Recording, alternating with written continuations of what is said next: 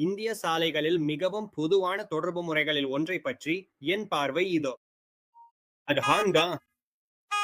நான் ஒரு பேச்சுவார்த்தை மற்றும் தொடர்பு கற்றுத்தரும் ஆசிரியராகவும் பயிற்சியாளராகவும் இருப்பதால இந்தியாவில ஹாரன் அடிப்பது சாலையில எல்லோருக்கும் பொதுவான தொடர்பு வழியாக இருப்பதை பார்த்து நான் ஆச்சரியப்படுகிறேன். அதே நேரத்துல நான் அமெரிக்காவிலும் வாழ்ந்தும் காரை ஓட்டியும் பார்த்திருக்கிறேன். அங்க ஹார்ன் என்பது அவசர தொடர்பு கருவியாகவே அறியப்படுகிறது. அல்லது சில சமயம் அத ஒரு கலிக்கருவி, அதாவது சப்தமா திற்றும் கருவி என்று சொல்லலாம். யாராவது தவறு செய்தார்கள்னு சொல்ல ஹார்ன் பயன்படுத்தப்படுகிறது. உதாரணத்துக்கு, நீங்கள் மிகவும் மெதுவா போகிறீர்கள், சிக்னலில் நிற்கும்போது காத்திருக்காதீர்கள், போனில் பார்க்காதீர்கள், சிக்னல் காட்டாம என் முன்னால் வெட்டி கொண்டு வராதீர்கள், இப்படி பல விஷயங்கள்.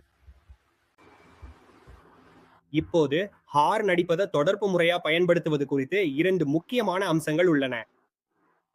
முதல்ல, தொடர்பில் குறைவாக இருந்தால் அதிகம் என்ற கொள்கை ஹார்ன் அடிப்பதில் சாலைகளில் எப்போதும் பின்பற்றப்படுவதில்லை. மக்கள் மகிழ்ச்சியா எப்போதும் ஹார்ன் அடிக்கிறாங்க. 2வது, வார்த்தையற்ற தொடர்பு.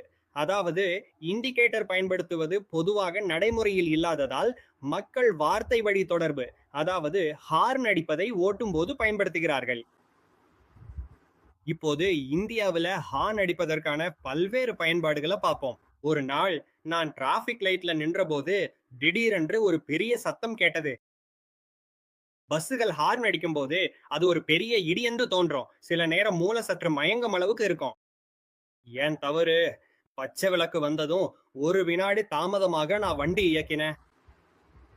எதிர்பார்ப்பு என்னவென்றா, பச்சை விளக்கு எப்போது வரும் என்று முன்கூட்டியே கணித்து சில வினாடிகள் முன்பே கூட வண்டியை இயக்கத் தொடங்க வேண்டும். அதனால் பஸ்ஸுகள் ஹார்ன் அடித்து நீங்க நகருங்க, இல்லை என்றால் என் வழியை தடுக்கிறீர்கள் என்று கூச்சலிடுகிறார்கள். பாதையை விட்டு வெளியே போங்க. சரி, ஹார்ன் அடிப்பதற்கான இன்னும் சில பயன்பாடுகள். டிராபிக் லைட்ல பீப் பீப். நீங்க லைட்ல காத்திருக்க விரும்பலாம், ஆனா நான் போக வேண்டும். நான் போக முடியும்படி முன்னோக்கோ பக்கத்தோக்கோ நகரும் வழிய பாருங்க. பீப் சத்தம் உங்களுக்கு பின்னால் நான் இருக்கேன்னு என்று அறிவிக்கிறது.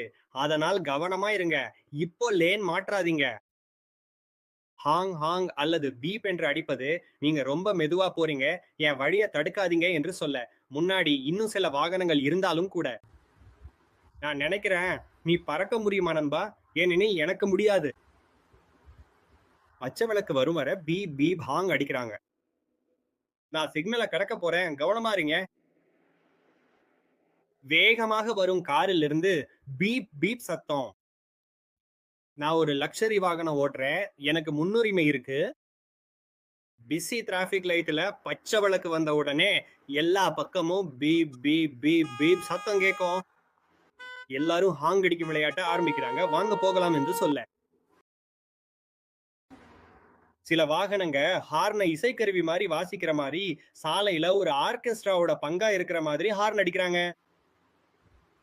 உங்களை சுற்றி இவ்வளவு ஹார்ன் சத்தம் கேட்கும்போது எவ்வளவு எரிச்சலா இருந்தாலும் சில சமயங்கள்ல அது சாலையில் உள்ளவர்களுக்கு எச்சரிக்கை அளிக்க பயனுள்ளதாக இருக்கலாம் என்பதையும் சொல்லணும்.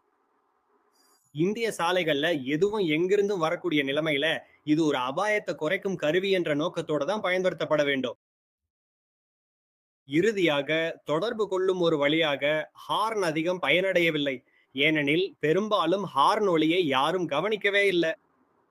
அதனால நீங்க காத்திருக்க வேண்டியதுதான், இல்லையெனில் உங்களுக்கான வழியை தேடி முன்னேற வேண்டியதுதான்.